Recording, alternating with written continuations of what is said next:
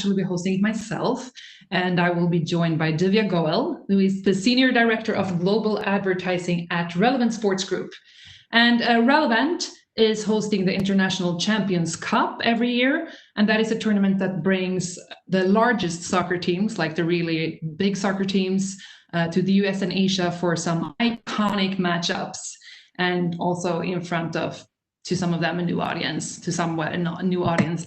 And in her role, she creates omnichannel strategies for keeping the hardcore fans, re-engage casual fans, and acquire new ones, of course. So, hi, Divya. Hello. Can you guys hear me okay? I know I had some reverb issues yesterday, so I want to make sure. No, sounds perfect. I think we could talk all day about the cultural differences between soccer, or European soccer that I used to work with, and American sports, I believe. So what would you say is the biggest cultural clash? So I think one of the things that I've noticed is I've been a hardcore actual American football fan for my entire life. But when looking at European fans versus the American fans, especially now with soccer, I feel like a lot of the European fans sit back and they try and criticize an angle on how their team is or isn't. And the American fans are very surface level right now. And I think there's a very big difference on when the Europeans come back and they complain about their team. There's always an analysis, there's always an angle, there's always a deep, hardcore root into why they think something went wrong. Whereas I think the American fans are basically like, my team can have a winning season or a losing season. And a lot of the times they base their fandom on that fair weatherness. Well, I find that a lot of European fans stick with their team even through the worst and the dumps of the dumps, but still come out strong. Yeah, okay. A bit more whining, maybe. I just actually wanted to say a little bit more about your career that you had before you came to Relevant, and let everybody know that you also ran marketing at the Premier Lacrosse League, and you spent 6 years with the NFL running paid media there. Also ran social analytics at the Sacramento Kings. So yeah, you were a huge football fan and you worked with the NFL. Been through the world of sports, yep. Yeah, you've really been. And let's tap into that. But also, I started the first session with asking, okay, so what was the moment you fell in love with sports? And since I know that you actually have that kind of moment, I want to ask you that very same question. Yeah, so when I was 8, the Sydney Olympics were happening, and it was the era of Carly Patterson. We always have a great U.S. gymnastics team, but this was the specific era of Carly Patterson. And I remember staying up very, very late at night, thanks to the time zone. I was living in LA and grew up in LA. I remember staying up until 12 midnight, 1 a.m. trying to watch the Olympics. And every time that I would do that, my dad basically said, I know you want to be a journalist, because at that point I wanted to write. I liked to write.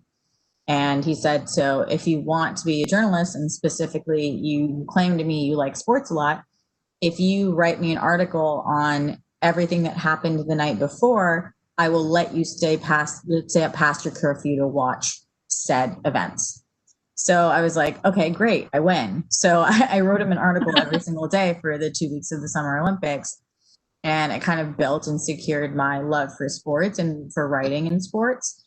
And then also, as a kid, my dad and I had season tickets to USC football. We had season tickets to Dodgers baseball. We had season tickets to LA Kings hockey.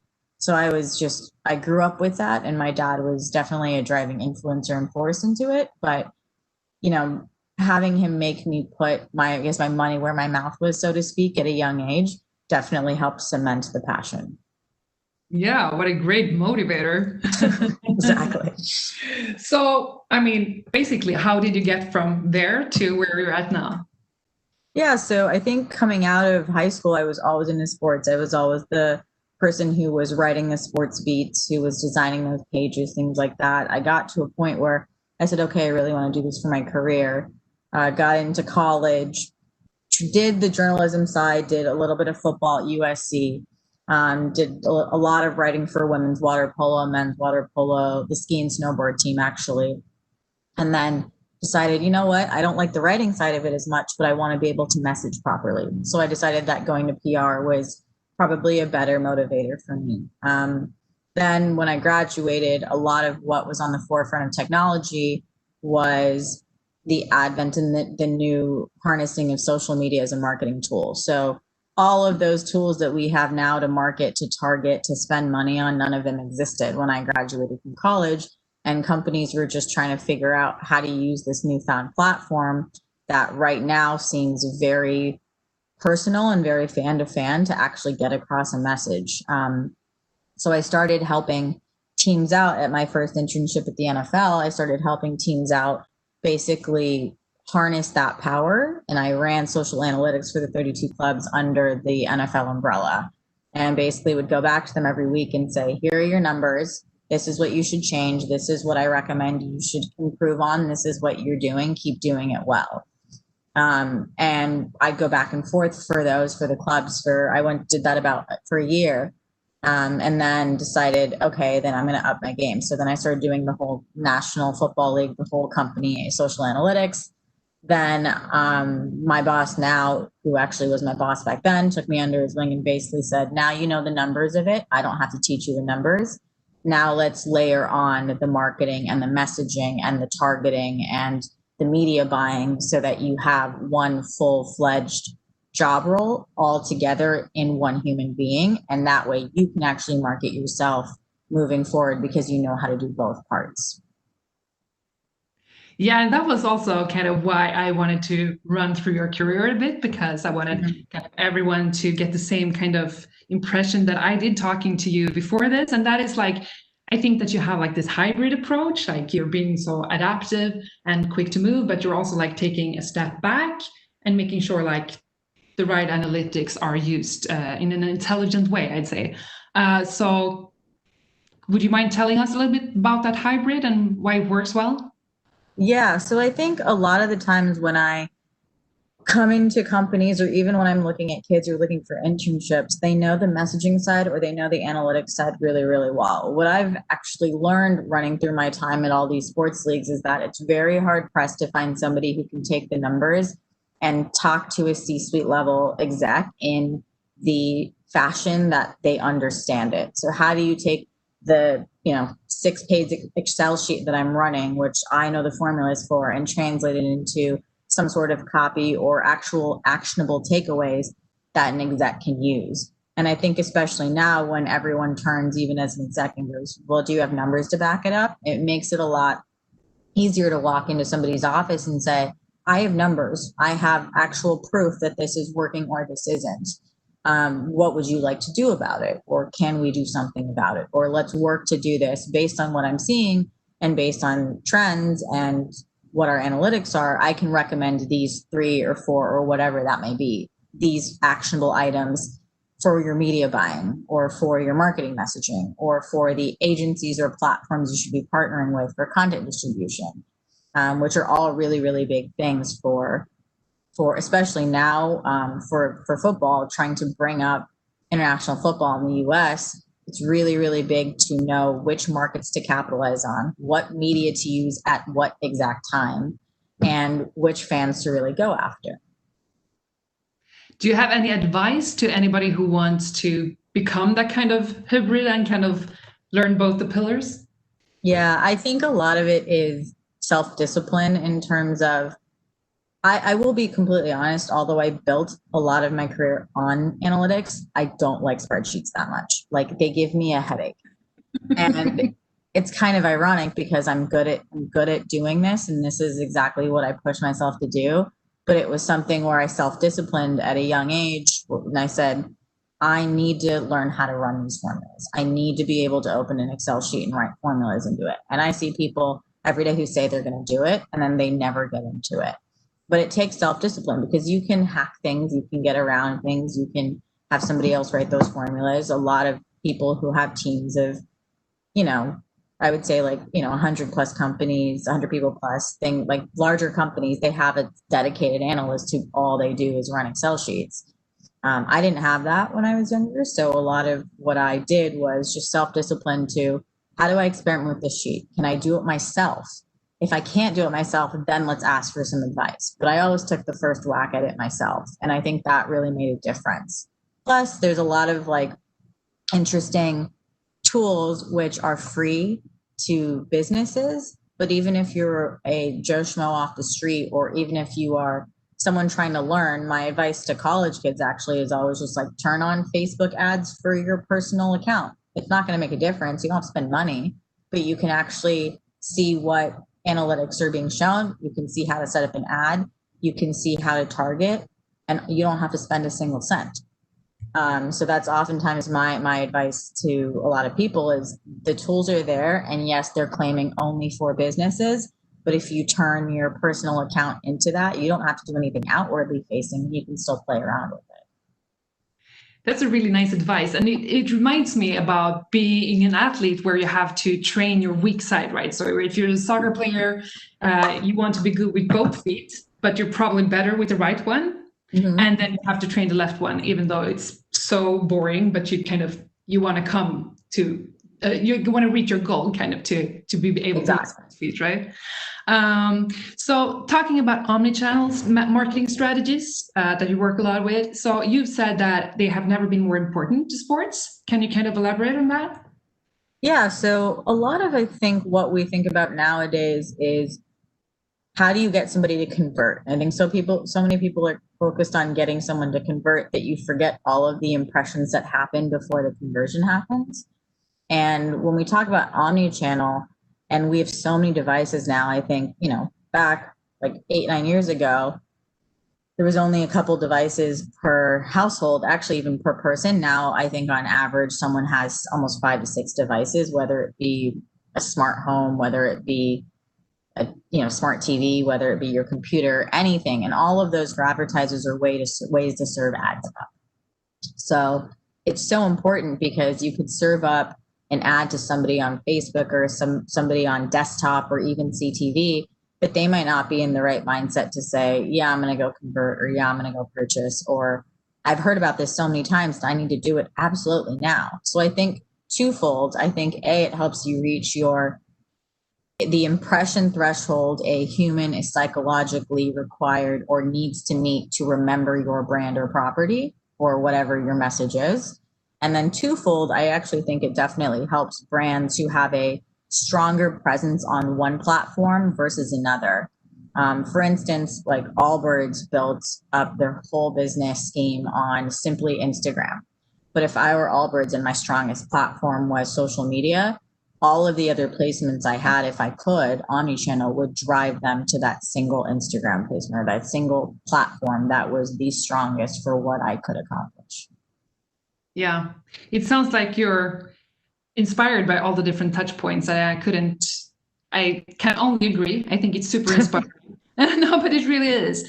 And I'm also curious to understand if you think like the current climate with the global pandemic, of course, if that has kind of changed the omnichannel marketing strategies in any way. I think it has. I think when you're coming to the omnichannel marketing strategies now, I was actually reading this morning an eMarketer article that was talking about how B2B ad spend has actually gone up, while B2C ad spend has gone a little bit down. So I think what you're looking at when it comes to these pandemic times is people are on their devices, but they're on their devices seeking very heavy, deep content. They still want to be entertained. So when we're going after that, obviously, I think out of home has become a little less relevant when you're talking about omnichannel. I think people now, when they talk about omnichannel, the percentages have swung to be 80, 90.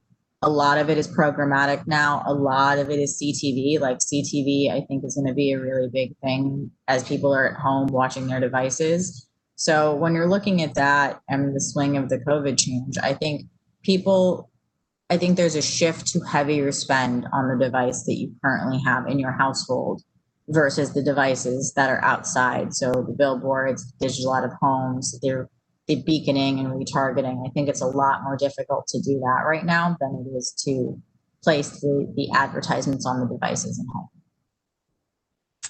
But also, like going back to what you said before, it's also interesting because to your point, if you have like one channel where you're super strong, it's more about driving traffic there instead of trying to, be strong at many channels simultaneously. Is that I guess that's what you're saying. Yeah. And I think it's the same, like old thing, and I don't mean to curse in this call, I promise, but if anyone watches Parks and Rec, it's the Ron Swanson quote of always whole-ass one thing, don't half-ass two things.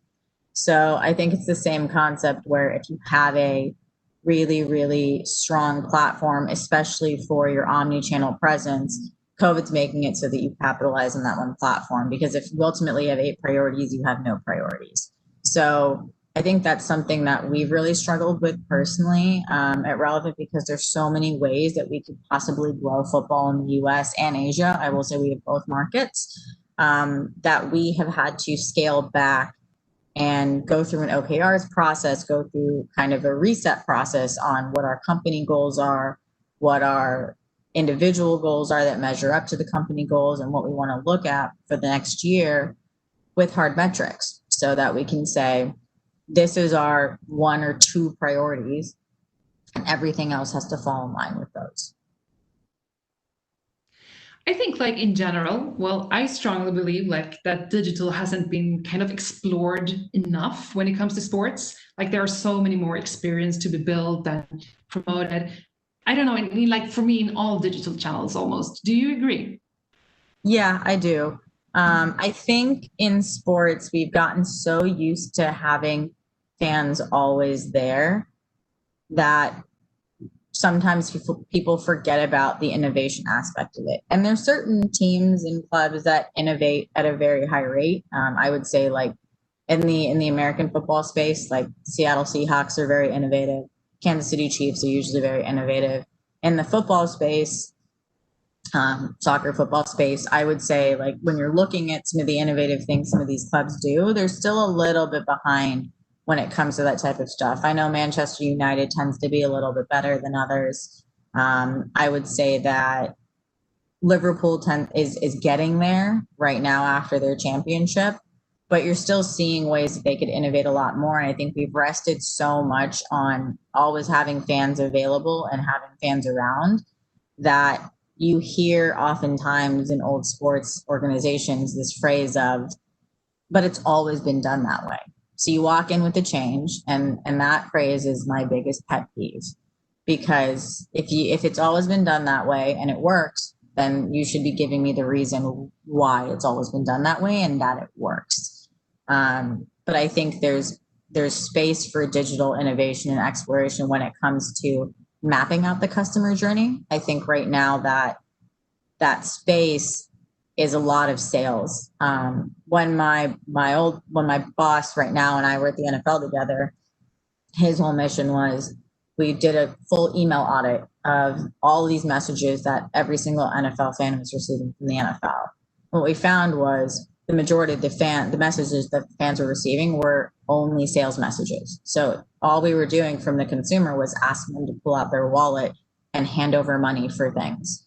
And you can't do that now. You have to ask for a two-way conversation and give and take. And I think that's some place that sports organizations really need to start innovating, is what can we offer the fan, especially now because the live game experience is so different. What can we actually offer the fan for them to stick around and continue to be a fan and strengthen their fandom if they're not already a hardcore fan? So that is, I guess, also when we could lean on innovation to create that kind of new experiences, to make fans feel like they get something actually that is new to them, right? Mm-hmm. We had some panelists before saying something like, this is almost the time for this to be exploring, because, it's almost forgiving because you have to try different things out because we're in this pandemic situation and people can't attend games, for example. Do you agree on that? I do. I think right now is a time to experiment, but I also think on the flip side, and this might sound a little oxymoronic, but I feel like the experimentation that is being done needs to be done with more, how do I put this properly, more oversight, just because of the political, cultural, socioeconomic, health world that we currently live in. So if it's experimentation with content and with innovation to provide the consumer a better experience, then yes, go for it. But I think it has to be done. And we've leaned heavily on our PR folks and a lot of messaging folks to make sure that no matter what we're doing experimentation wise, it doesn't seem ignorant in the marketplace. Yeah. No, I totally get where you're coming from when it comes to that. But if you see like more innovations in the digital space right now, do you also like imagine the future where more data will be able to be collected because people will have even more experience digitally in sports? Yeah, so I think there's an interesting time coming where like Europe has already adopted GDPR, and it might be coming. We'll see what happens. I personally think it'll happen in the US eventually, but what I think we're looking at is a time when brands need to go out and prove to the consumer or fan that data is there to enhance the fan's experience. And I think I would say like 90% of these companies do it right, right? Like they come out and they want to say, we're using your data for the right thing. But there's also the execution piece of it, where if I'm asking somebody for their email, instead of being a certain sports clothing retail brand that decides to email me 60 times a day with offers that I'm never going to use, only to purchase their merchandise, versus a brand who asks for my email and I give them my email and my zip code and maybe my birthday, and I get a birthday email and I get, here's all this new cool stuff that we're doing in the space. And I get do you want to be involved in creating a sneaker? Vote now. I get a lot more content pieces than I do, hey, pull out your wallet and purchase. And I actually find myself going back to those websites a lot more personally because I'm really interested to see what they're continuing to do versus the brand who's emailing me 6 times a day with a sales message 6 times a day. So I think that's what we really need to get to a point of with data and innovation. I think people and brands need to innovate on how do we use personal data to make the consumer comfortable enough to want to hand it over? Because ultimately, we want to, at least personally, my brand experiences at all the companies I've worked at have only wanted that brand or that consumer data to make a consumer's experience better, to provide them with a better personalized email, to provide them with a happy birthday, to provide them with a game or tune-in info to the market that's closest to them so they don't have to go searching for an hour on the internet to go find it. So I think that's where we need to get to. And I think, unfortunately, it's the 10% of companies that screw it up for the other 90%. But I do still think there is an innovative way to add in a lot of these things that we're talking about to be able to have the consumer trust brands. But when it comes to that, the kind of trust issue and the position that has, because I kind of believe, maybe this is me, I'm really interested to hear your thoughts, but I believe like, okay, do I need a tailored shopping experience? Well, why not? But do I really want a tailored kind of sports fan experience? Yes, I really do. I really want to have all the news, from the Saints or from Juventus, my teams. I'm pretty eager to give away my data to get that personalized. So I'm kind of thinking, does that say something about me or about like sports fans in general? Because if so, then sports have some kind of unique position. I don't know. Yeah, I think sports fans do have a unique position because a lot of these fans or these hardcore fans want to give up their data because they're eligible to meet players, because they're eligible to actually get a personalized email, or we could personally send out a message saying happy birthday from like a sports team, and it makes somebody feel special. I think the gap lies though in fans who are not hardcore. And I think that's where it gets a little iffy, where it's fans that you're trying to convert over that are younger fans that say, but wait, like my brand loyalty isn't quite there yet. How do you make them brand loyal? Because once they're brand loyal, they have no problem giving over that extra amount of data. We've seen it through research and survey panels and things like that. Once they're excited and loyal and bought into your company, they're there. But it's one of those things where I think sports has a significant advantage, but I also don't think sports takes advantage of the significant advantage as much as it should. It's the same concept of, but it's always been done that way, but you have to get people out of that mindset. So this kind of unique opportunity, do you have any best in class, like best practices when it comes to actually using the user data in the right way? Yeah, so I think at least the NFL, what we swapped the email strategy into was being able to hit users when they did some sort of web action or triggered action. So we already knew that they were raising their hand and saying, I'm interested, I'm there. So instead of spamming them to tell them to go do it, it was, if they're organically on it already, let's hit them with a second message so they really get hit home with it. I think now what we're trying to do with that user data is target even your website messaging to them. So I think it's really interesting when somebody knows that my cookie is there and I have been on the site 3 times and I've purchased 2 tickets. So the message that comes up is going to be hey, the schedule's coming out in a week. Sign up for the schedule and you'll get all these other things. Or for instance, this morning I was actually on a call talking about like consumer confidence and how quickly fans are going to want to go back to live stadium experiences. And so we're doing a lot of surveys, or I've been taking a look at a lot of surveys companies have been doing for that exact topic. And a lot of what came up was, if someone hands over their data and says, look, I'm a first-time buyer and I'm young and I just want to get out and go to games, there's a market for that. Those are the early purchasers.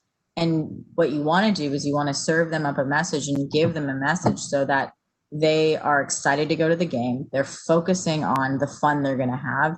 Maybe it's something that we help them sit in like a certain fan zone because they're all about being pumped up and wanting a certain game experience. And if we don't know that without the data they've given us, we can't even work to provide that. So I think a lot of innovative work is being done right now to say, we're actually listening, we're having a two-way conversation, and you're saying you want more of a custom this. You're saying you want to vote on what content goes out. You're saying you want to vote on and help shape the future of what we will be doing in the future. So in that case, let's listen, let's respond back, and then we will shape next year's tournament heavily based on some of these responses. Like even so far down to like what teams come play, I think is a big one, because especially now that a lot of these teams need some money because of COVID and unfortunately not being able to have fans in the stands, I think we're very much there where we really want to bring these teams over to satisfy the US fan.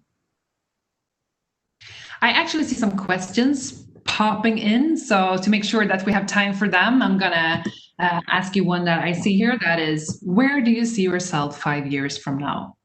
Always a tricky one. I'll start with a small anecdote. It won't take too long. When I was interviewing for my internship at the NFL, the interviewer, who was at that time the president of club sites, asked me the same thing. And I deadpan in his eyes told him, I want to be in your seat. He enjoyed it. I don't think that amount of confidence is for everybody, but he very much enjoyed it. I will say, I think in 5 years, what I really want to be doing is continuing to innovate internationally. I think internationally for me is a big piece, and that's where I want to get into. I'm, and most people can't tell, I'm of full Indian descent. So my parents immigrated from India. And I am very interested in the international world of sports. So whether it's the NBA expanding in China and even India and the Philippines, whether it's soccer coming over to the US and then also bringing it to Asia, whether it's, cricket is actually announced that they're going to start doing some matches in the US as well. I think it's really interesting to have sports go outside of their country of origin. And a little bit outside their comfort zone. So then it's kind of a work challenge too, right? To launch them and to create a buzz, no? Yep, exactly. And I think for me, I still want to be at the crux of tech and marketing. I think that's very, very big, is how do you figure out what tools we can use to actually market to these individuals and target? But I want to be running a department that basically marries those two together. I have a pretty long question. I haven't read through it because I was listening to you, but let's take it on. Would love to know more about your experience at the PLL. Having worked in lacrosse, I know the fan base is extremely passionate. However, as a new league, the PLL wants to expand the reach of the sport. How did you approach building a marketing strategy for two very different audiences, the lifelong lacrosse fan and the person who is brand new to the sport? Okay. So I'm not sure if this is what the person who was asking the question was alluding to, but I'll flat out say it. Yes, the longtime hardcore passionate fan is usually white, wealthy, male, and lives on the East Coast. So, so we did do that research. We knew that was a thing. And I think part of it was having our multicultural players speak up. Part of it was highlighting the fact that players from all backgrounds were doing very, very well on the field. And I think players that came from all different places also. Like we even had, staple white kids, but they came from very, very poor neighborhoods that were all around all around the West Coast, East Coast, Midwest, whatever you may call it. And I think it was highlighting and championing those players so that we could reach the new fan. What does the story bring? Because I think most people look at a typical lacrosse player at like UPenn or Duke and the background, right? They were born, had a pretty good lifestyle, got to college, or you think those backgrounds, I guess. And so highlighting players like Kyle Harrison and highlighting other like multicultural background players that are doing well and actually telling their stories, and especially how the PLL was inspirational for them to want to play a pro sport when professional lacrosse athletes haven't really had a pro league that they can be proud of, I think was a very, very big thing in our marketing strategy. It's how do we unveil what's behind the helmet. That is so interesting. And I feel like you have this kind of approach to many of your different jobs to, kind of create something new, launch something or find a new audience. I think it's super interesting. So I'd say like there is somebody joining us today who is really interested in brand purpose. And I think it's really nice that this question comes up almost every time because people have such different perspectives on it. So the question is, when it comes to communicating with your consumers, how do you think about brand purpose and how does that impact your approach to marketing? So we're actually getting to, I think, the crux of that right now with Relevent. So this is a very interesting piece for us. One of our designers actually brought this up and said, we don't really have a brand purpose. And we actually surveyed a lot of our fans about it. And now that we've had to change the model from tournament style so we could focus on a tournament to just an always-on content platform because of COVID, we unfortunately couldn't have the tournament this year. We've had to reset because what we got from a lot of the survey respondents was we have brand confusion. Normally, all you message me about is a tournament. That's it. But now you're trying to be an always-on news platform serving as a voice for these clubs to speak through to a U.S. demographic, U.S. and Asian demographic. And so I think for us, it's definitely impacted our approach because we have looked at everything we've been putting out and we've had to narrow it down to that one or two priorities. So right now our priority is being always on, maintaining the impression count, maintaining the reach count, maintaining our presence so that whatever happens next year, people still have us at the top of their mind. But we had to go back to the brand purpose to say, what are we actually trying to do with our brand and what does our brand stand for? And what we came out of that was we really want to be the growth of football in the US and Asia. We want to be the voice of that. And then we also want to work with these clubs one-on-one so that they have a better resource to grow in these markets. Because ultimately, if they grow, we grow. If we grow, they grow. It's a very symbiotic relationship.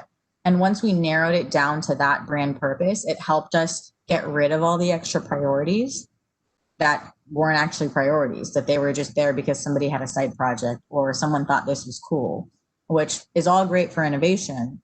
But then when it gets down to actually making progress forward, we had to be like, unfortunately, these don't really go with the path that we forged forward.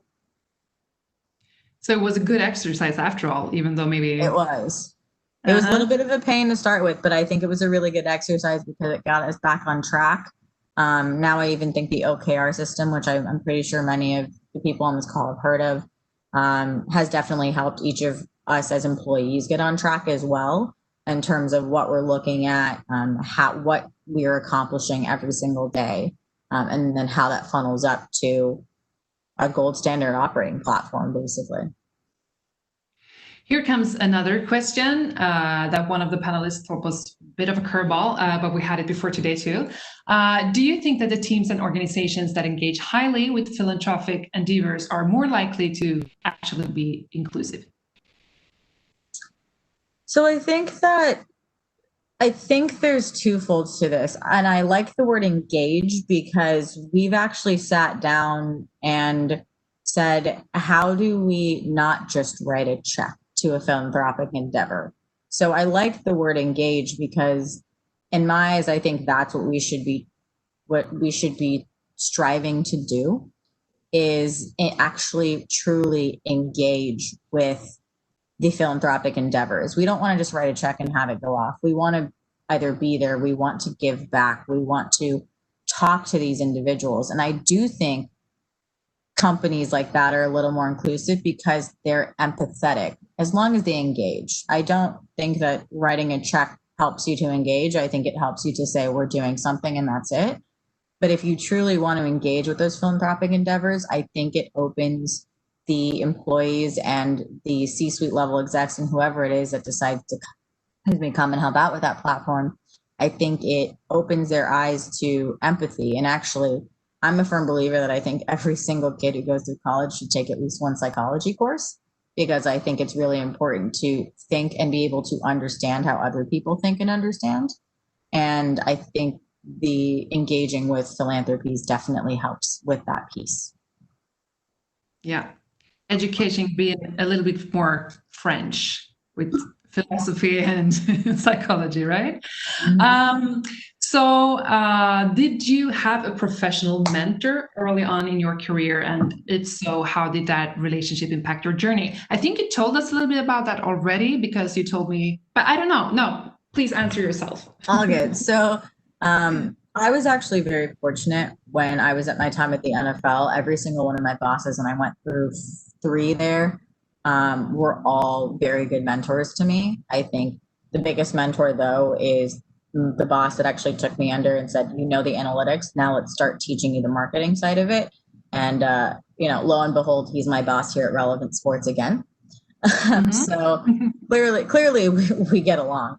And I think one of the biggest things that he's been great with me on and impacting me on is he has always been a straight shooter with me. And he's always basically said, develop thick skin. We're going to work together. There's going to be days where you screw up. There's going to be days where I screw up. There's going to be days where, things just don't go right. But I'm going to tell you exactly what I think when I think it. So it's not like I'm sitting here in the dark, over analyzing a text message or over analyzing what political scenario is happening in the company. He's very much, I'm going to show you the way. I'm going to teach you how to handle it. And he's also very empowering. So at the NFL, if I walked in and I said, hey, I have all this data to back up that this is either going wrong or this is going really well, or we should reinvest, or we should move around our dollars or move around our budget or ask for more budget, we'd be like, okay, cool. Now I'm going to send you to, whatever VP is requesting this, and you can go present the data to them. Thank you for telling me. If you're going to tell them that they're wrong or right or whatever it is, just tell me before you do it. And as long as you have the appropriate data backing and you've done your due diligence and you've done your research, I will let you go do it. So I was like a 24-year-old walking into like a senior VP's office, basically telling them like, you did something wrong, or you did something right, or you need to reinvest, or you need to move around your budget. But he was always aware of it. And he always gave me that empowerment to say, as long as you've done your due diligence, go do it. I think we're at the 2-minute warning now, to be honest. But I want to leave the audience with something that I think was interesting that you told me in the prep talk. And that was when we talked about data and how to use it in sports, etc. And you brought up surfing. And I thought that was unexpected. So sorry, can you repeat that? The ski and snowboard team? Or this, the StaySurfing thing? Yeah. So my StaySurfing app, if that's what we're referring to, was when I was at USC, they gave us 10 grand each in our programs to go out and create an online community. So we created a surfing app. There are 4 of us on that team to measure and track how individuals surf in the water, measure their improvement, give them statistics, because it's statistically shown that if somebody tracks their exercise and their movement, they get better over time because they see the improvement and they see the numbers. So we made the app. We sold the technology about 1.5 years later, which I think was really cool of USC to let us do. But so I've co-owned that app for a while. We sold it in a bit, but it was a very interesting experience to kind of, as a college kid, build something from scratch, like completely from scratch. We had no idea what we were doing. I went out and found an app developer. I went out and found a designer. We acted as our own UX, UI. We acted as our own survey panel. And it was a good kind of leap off into the real life industry. Yeah, and also I think we talked about it because it was such an interesting way of using data, because it was really useful, right? For finding exactly. The right moment to surf. Thank you so much. I'm so happy to have had you, and I think it was super inspiring, like hearing you going from writing articles in the middle of the night to show your father to where you're at right now. So thank you so much for joining. I think we will actually move on, and it's our last session for today, unfortunately. And I would like to introduce Heather Hinkle, Senior Director, Brand Strategy of the Minnesota Twins. And she will be joined by my colleague, Michael Lean, who is our